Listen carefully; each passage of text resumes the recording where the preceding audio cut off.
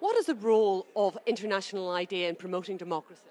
It's promoting democracy and giving electoral assistance. We are an intergovernmental global organization with member states from Latin America to Asia, Europe, Africa. And we do basically three things. We produce sources of knowledge, reports, websites with statistics. All what is related to electoral processes is in these websites and these research sources of knowledge. The second is that we are a platform for debates to improve regulations and practice in the field of democracy, all aspects of democracy. And number two is that we have in 25 countries all over the globe, with some 100 staff people, we have currently programs running to support democratic governance, electoral processes, participation by citizens on the spot. Today you are here to talk about the Eastern Neighbourhood countries, to the EU. What are the particular challenges faced by these countries? Well, there are challenges that are challenging every society. I mean, the lack of delivery in terms of economic progress, social progress, security issues, migration. I think more particularly concerning the Central and Eastern Europe, what is more specific is in our domain is strengthening the institutions and the quality of the interaction between citizens and leaders. And there, for instance, the role that corruption and money, the negative role that money sometimes plays is really one of the big issues. So the participation, the quality of democracy, participation by citizens, I think that's a very specific problem that maybe more than in some other parts of Europe and the globe has to be addressed in these regions. We're here to talk about the Eastern Neighbourhood countries. What challenges are they facing and how is EED helping them? European Neighbourhood, especially Eastern Partnership countries, are constantly facing a very dramatic challenge for their future. These are the countries that came with a very deep legacy of communism, dictatorship, lack of human rights, lack of democratic institutions. So when they first achieved their freedoms, everybody thought it's going to be easy. But at the same time, we have to remember that people need to learn how to build institutions, how to trust institutions. And at the same time, there are many who, during this period, try to misuse this opportunity. And that's how happened the oligarchic system in Ukraine, oligarchs in Moldova, or other countries, or then dictatorship in Belarus. So in a sense, this environment in which people were suddenly invited to start a democratic life and democratic governance put them also in a very challenging situation because they had no experience how to do it.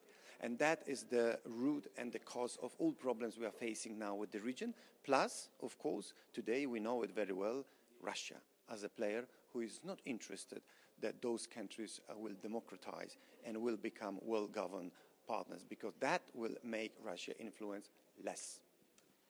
So how can Europe help reduce the impact of Russia on these countries? In relation with Russia, it's not only an issue to move away, it's an issue of really enjoying independence, so to have a free, informed choice. Because cooperation with Russia, making good business with Russia is a good thing. The issue is that present Russia, especially present Russia, with its own difficulties and the system that is far from being democratic, is a difficult partner because it won't enjoy a privileged relations where it controls countries around Russia. And that is something that Europe and any independent thinking nation cannot accept. So the only way is to help those countries to build strong governments, strong democratic institutions, and to make people aware that they can make their own choices. This is what we are doing. This is what European Endowment for Democracy is doing, helping people to understand better their rights. And this is the only way I believe Europe can help the region. Can you say something about what it's like starting and funding a political party in Moldova? It's definitely not easy, but it's very interesting. especially that the party that we have started is an authentic one, not the ones that we have seen. And I'm saying this because there are important differences with respect to our party. First of all, this is a party which is being financed completely transparently and legally, and Moldova hasn't had such cases before. Second, we really respect democracy, so it's the first party where people are being promoted in functions within the party based on secret voting, so that nobody can influence anyone. We have enough cases in Moldova when political parties became one-person party and when the decision-making was monopolized by one person. We are trying to avoid this, and we invest in democracy. And this is a political party which is being built and developed based on voluntary work, because we don't have the big money the other political parties have, and in their case this is money coming from corruption.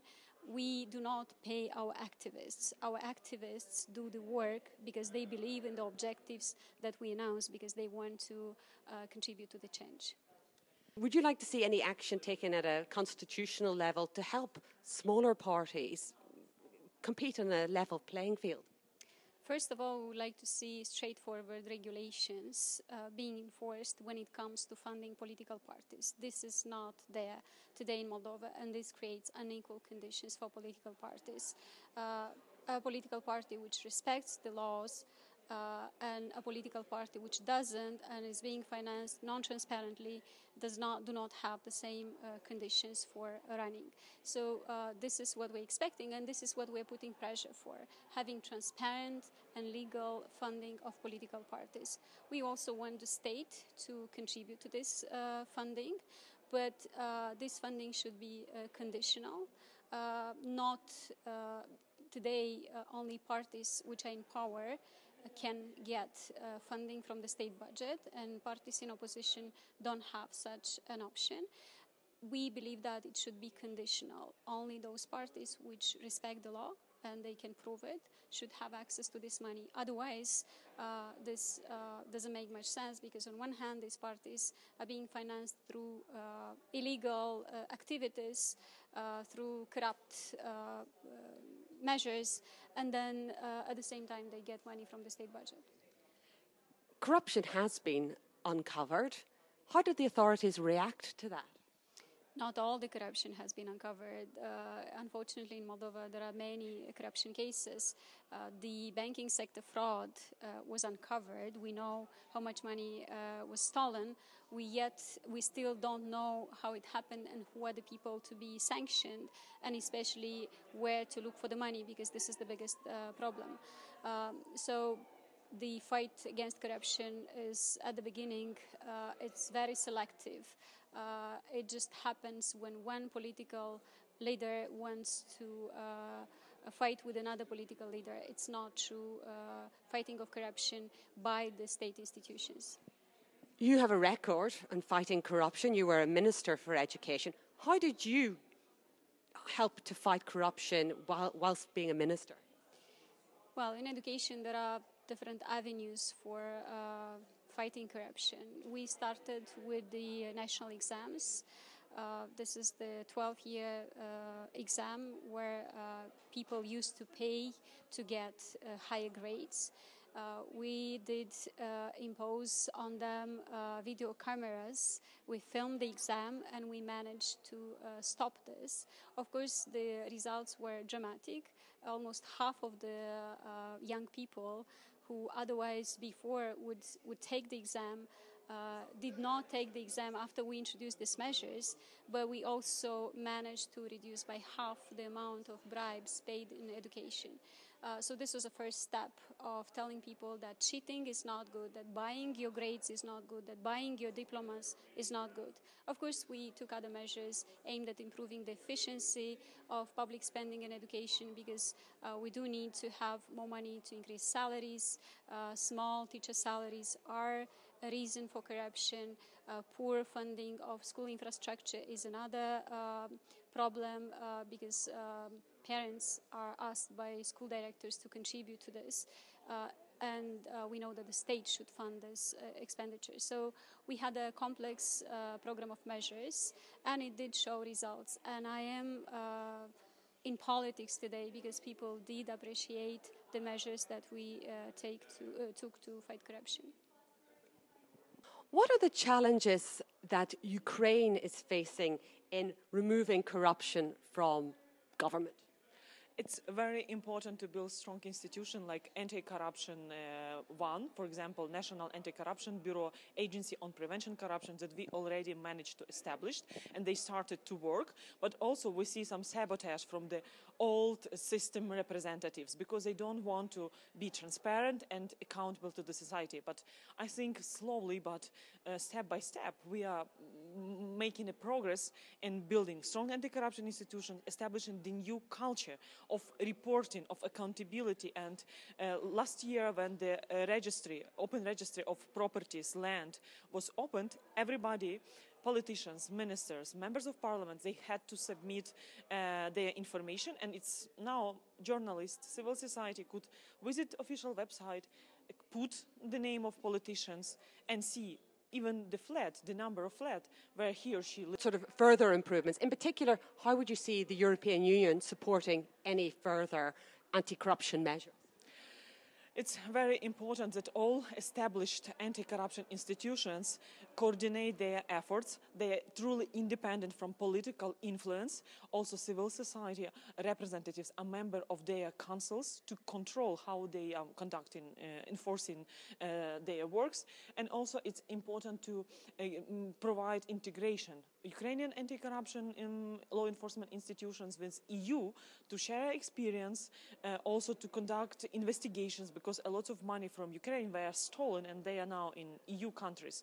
So to show the best practices, best experience, and also to help them to become independent and more professional in their investigations. And also to connect anti-corruption institutions with judiciary system and establishing the new political parties, because we need strong institutionally Ukraine. So this is why we need new police, new judges, new anti-corruption institutions, and this is what makes Ukraine much stronger, and Ukraine could become a model for the whole post-Soviet area, how after two revolutions a society managed to transform the country and to become, with the rule of law, strong economy, strong army, and this is our response to the Russian military and economic aggression.